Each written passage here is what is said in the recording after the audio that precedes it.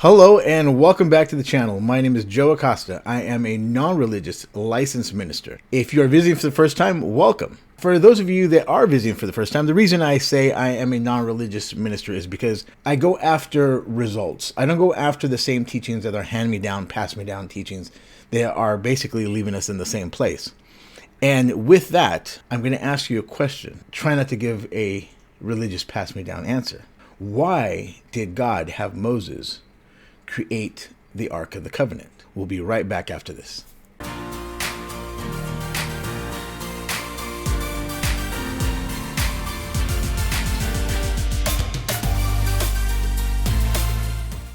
Now, the common answer to that question, if you are in a religious setting, is that God wanted to be amongst his people. God wanted to dwell amongst his people. And so the presence of God, it was created specifically to God's liking. Well, it is specific because God is specific. He's specific about a lot of things. Everything has a purpose and a meaning. With that, we come to an understanding that God is omnipresent. Omnipresent means equally present in all places at the same exact time. So why need an ark? That is a question. Well, the question is, it wasn't that God needed an ark to dwell in. What had to happen is that the people had to know this, that there was a difference between where God was and where they were. And to know the difference between when God was with them and when God was not with them. Because they could have, most of us still, even when we hear that God's omnipresent, we don't take that into a serious account. We don't get that. That should be a window that we begin to see things through, and we do not do that. We say it, and we just chalk it up and we flick it over our shoulder, and that's the only place it goes. That's where it stays. But like you've heard me say before, if God is all-knowing, and God is all-powerful, and God is equally present in all places at the same time, that means that all the power and all the knowledge is equally present in all places at exactly the same time.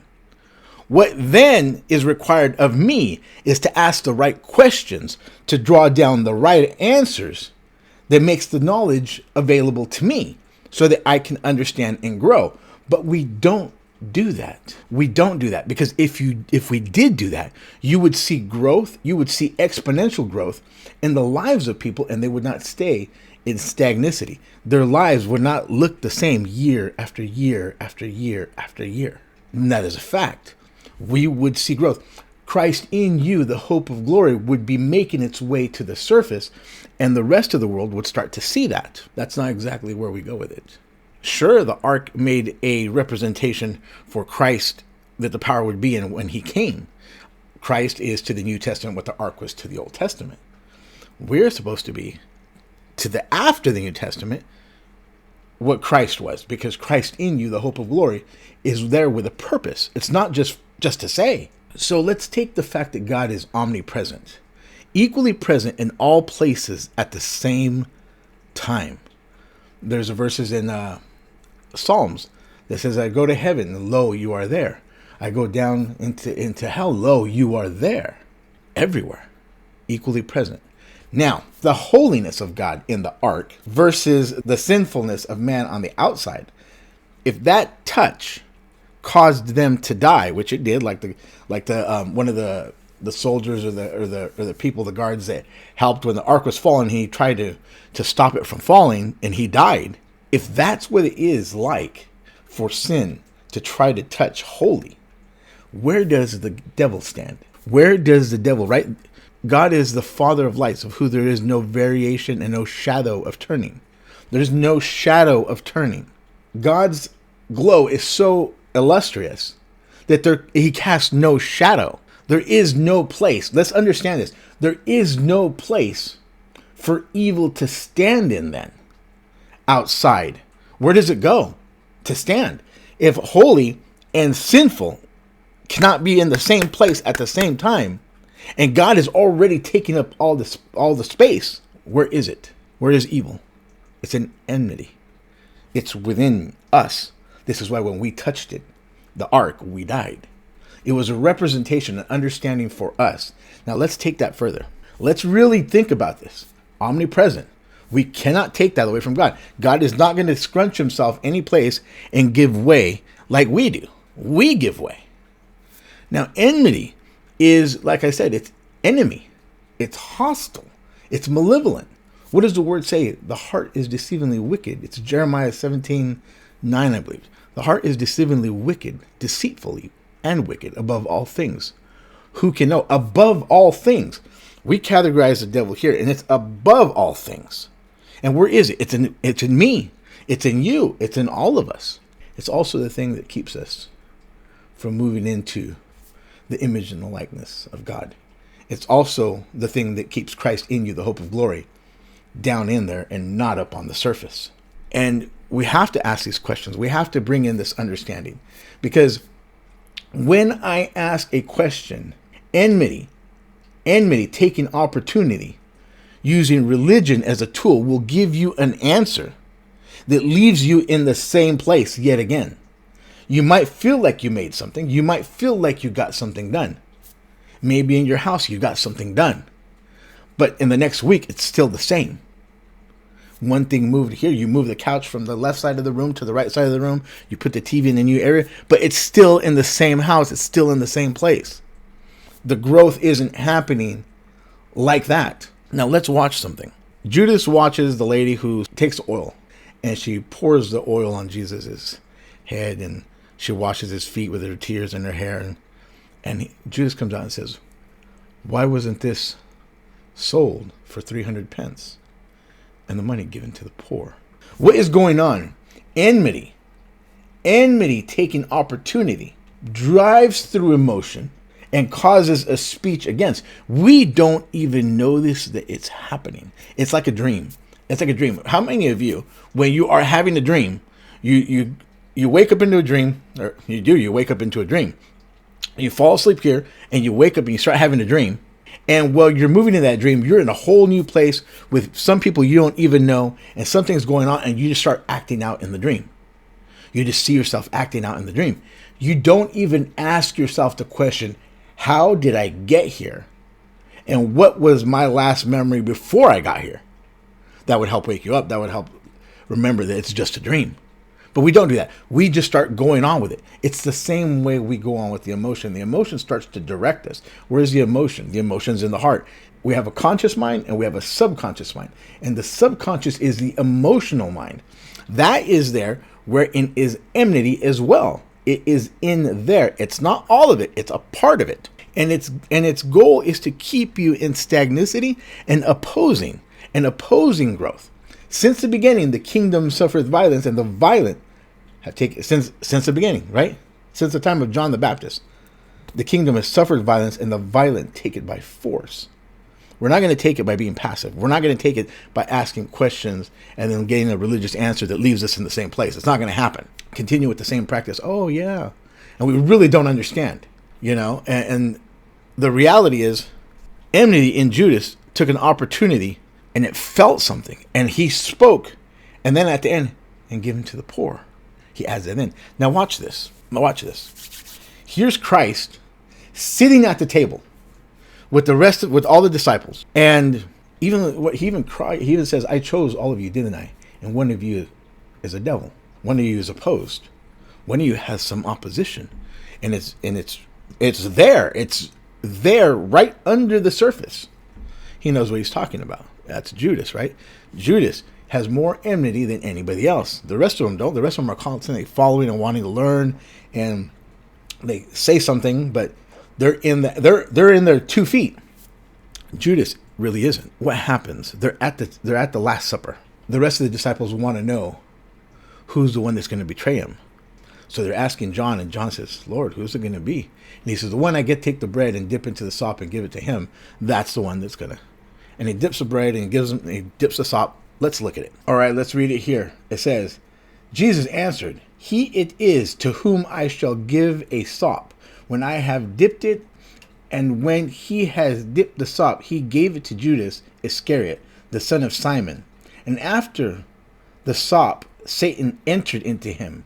Then Jesus said unto him, That thou doest, do quickly." Now, isn't it interesting that after Jesus gives him the sop, it says that Satan entered into him. Why at the moment of giving the sop? What did the sop have to do with it? You ask yourself that. Now, many of us have asked ourselves that. Now, Jesus didn't put Satan into him, but it did, him getting the sop from Christ himself caused enmity to get up and be there ready, trying to figure out what it's going to do to oppose. So when he says, that thou doest, do quickly, what characteristic does it take? This is the characteristic. It might not show it on the forefront. A lot of people are not displaying the way they really feel. They could give you a smile and hate you. They could find so many things wrong with you. We don't even stop to pay attention to where the thoughts are coming in our head. Where are they coming from? Where are they coming from? They just fly out of our mouths. For some of us. For some of us, we just agree with them inside. But on the outside, we're just happy and polite. But on the inside, it's a whole different story. And enmity has its way of working through your emotions, through our rationalizing, through all of that, in order to direct us to a place that just goes around in circles. This is why the last video that I talked about obedience versus freedom of spirit. There is a huge difference. There is a huge difference. It is in obedience that lacks understanding where religion is born. We call it a spirit of religion. It really is not. It's just enmity. It's what it is. It's active. It's constantly active to let us know. But we have to be asking the right questions. We have to be constantly examining ourselves. If we don't examine ourselves and we think it's always something outside of us, how do you fix something? How do you improve if you always think that the problem is outside of you? All things work together for good. That is working together for good if I understand it. Watch this. If a supervisor is watching an employee do a job and he comes up, this supervisor is not the great, this boss is not the greatest boss. He comes up and he says, don't do that like that, do it like this. So the employee just kind of follows along. He's following the command. Another one doesn't like it. They're going to, yeah, but you know. So there's that's enmity, right? The other one doesn't understand anything, but he's in obedience. You get the right supervisor. The right supervisor says, hey, look, we don't do that way. We do it this way and this way because of this reason. Ah, okay. And that there is something that alleviates everything else and brings them into understanding. There's some growth that happens there. And that's what needs to happen. That is something that needs to happen. It's the only way that we can overcome this. And one of the main ways that we're going to overcome this is by grabbing hold of this verse. What things soever ye desire, when ye pray, believing that you receive them, you shall have them. That is a truth. That is an absolute truth. Why isn't it taking place? Why isn't it happening? Because enmity is always talking. Enmity is always keeping you from making that journey. So things I desire. If I desire something, I need to desire something. I need to get involved with a great desire. I need to get involved with a great idea. And God is always giving us a desire in the forms of seeds, as ideas, to break us away from where we are at. Enmity wants to talk us out of it. It wants you to procrastinate. It wants you, I'll do it, but I'll do it later. It is always actively inhibiting your growth. It is controlling your finances. It is controlling your money. It is keeping you in the same place. It has its mind of its own, and its mind of its own is to anti-growth. Christ in you, the hope of glory, can just stay in there as hope and glory. It can just stay in there as the hope of glory. As long as it doesn't come out, that's okay.